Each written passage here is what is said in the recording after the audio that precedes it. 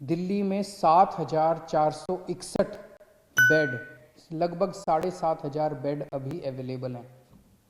दिल्ली सरकार के अस्पतालों में, केंद्र सरकार के अस्पतालों में, प्राइवेट अस्पतालों में मिला के 7,461 बेड अवेलेबल हैं। लगभग 446 आईसीयू अभी अवेलेबल हैं। 450 के करीब मोटा मोटा मान लेते हैं आईसीयू अवेलेबल है। और सरकार ने आज कुछ अहम निर्णय लिए हैं बेड, कोरोना के बेड बढ़ाने के लिए और आईसीयू बेड्स बढ़ाने के लिए। अभी पिछले हफ्ते हम लोगों ने कोर्ट की इजाज़त के बाद लगभग 30-32 अस्पतालों के 80% आईसीयू बेड्स हमने कोरोना के लिए चिन्हित कर दिए थे। अब ये ऑर्डर आज दिल्ली के सभी प्राइवेट अस्पतालों के ऊपर लागू किए जा रहा है कि दिल्ली के सभी प्राइवेट अस्पतालों के 80% आईसीयू बेड्स कोरोना के लिए रिजर्व किए जा रहे हैं। इससे हमें उम्मीद है कि लगभग 300 से 400 और बेड्स प्राइवेट अस्पतालों के अंदर उपलब्ध हो जाएंगे। जो नॉर्मल बेड्स हैं, नॉन आईसीयू बेड्स हैं, आईसीयू के अलावा जो दूसरे बेड्स हैं, वो अभी तक 50% बेड्स प्राइवेट अस्पतालों में कोरोना के लिए रिजर्व थे। अब इनको बढ़ा के 60% बेड्स को कोरोना के लिए कुछ दिनों के लिए रिजर्व किया जा रहा है, जब तक ये महामारी पीक चल रही है। उसी तरह से जितनी नॉन क्रिटिकल प्लैंड सर्जरीज हैं, जैसे आपको टॉन्सिल है, मान लीजिए टॉन्सिल का ऑपरेशन कराना है, डॉक्टर ने कल की डेट दे रखी है, लेकिन वो टॉन्सिल का तो ऑपरेशन अगले महीने भी हो सकता है, कोई क्रिटिकल नहीं है। इसी तरह से कई सारी सर्जरीज होती हैं जिनको क्या कहा जाता है, प्लैंड सर्जरीज। क्रिटिकल नहीं होती, 2 महीने बाद हो जाए, महीने बाद हो जाए, कोई फर्क नहीं पड़ता। ऐसी non critical surgeries, non critical planned surgeries को कुछ दिन के लिए पोस्टपोन करने के लिए सभी अस्पतालों को कहा जा रहा है। और जैसा मैंने कल कहा था कि आईसीयू बेड्स में दिल्ली सरकार अपने अस्पतालों के अंदर 663 बेड्स की और व्यवस्था, नए बेड्स की व्यवस्था कर रही है। और केंद्र सरकार ने 750 आईसीयू बेड्स देने का आश्वासन दिया है।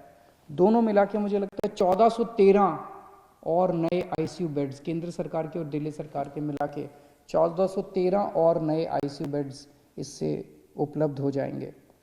मैं अपने सभी डॉक्टर्स का और कर्मचारियों का शुक्रिया अदा करना चाहता हूँ, उनको सैल्यूट करना चाहता हूँ। उन्होंने जिस तरह से न केवल मेहनत की है, उन्होंने सूझबूझ के साथ जिस तरह से दिल्ली के अंदर कोरोना का मैनेजमेंट किया है, ऐसा मैनेजमेंट दुनिया के बड़े बड़े देशों में और दुनिया के बड़े बड़े शहरों में नहीं देखा गया।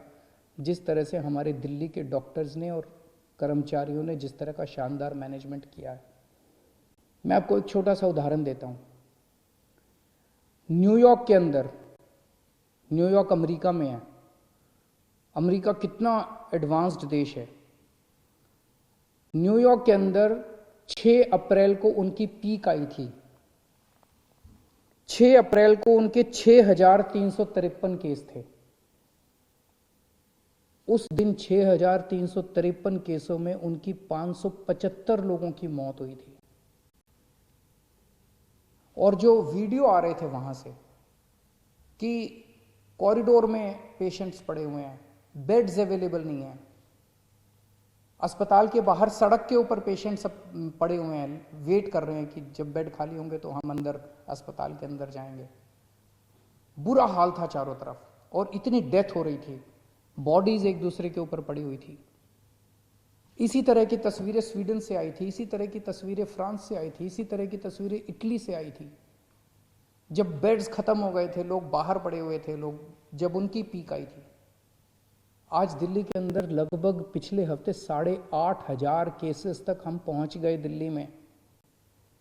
लेकिन हमारे डॉक्टर्स ने इतनी शानदार, हमारे मेडिकल सुपरिंटेंडेंट्स ने, मेडिकल डायरेक्टर्स ने, डॉक्टर्स ने, मेडिकल फ्रेटर्निटी ने इतनी शानदार व्यवस्था की है, इतना शानदार कोविड का मैनेजमेंट दिल्ली में किया है कि दिल्ली के अंदर ऐसी व्यवस्था नहीं है। दिल्ली में आज भी 7,500 बेड्स अवेलेबल हैं, आज भी 450 आईसीयू बेड्स अवेलेबल हैं।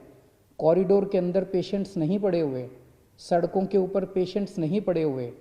इतनी ज़्यादा पीक आने के बाद भी 100-125 के करीब डेथ्स हो रही हैं, नहीं होनी चाहिए, ये भी ज़्यादा है, इसको कम करेंगे। लेकिन जब आप इतने एडवांस्ड कंट्रीज से कंपेयर करते हो जहाँ पे बुरा हाल हो गया था, मुझे लगता है हमारे डॉक्टर्स ने बहुत शानदार प्रदर्शन किया है। इन सभी डॉक्टर्स की ये समय है हम सब पीठ थपथपाएं।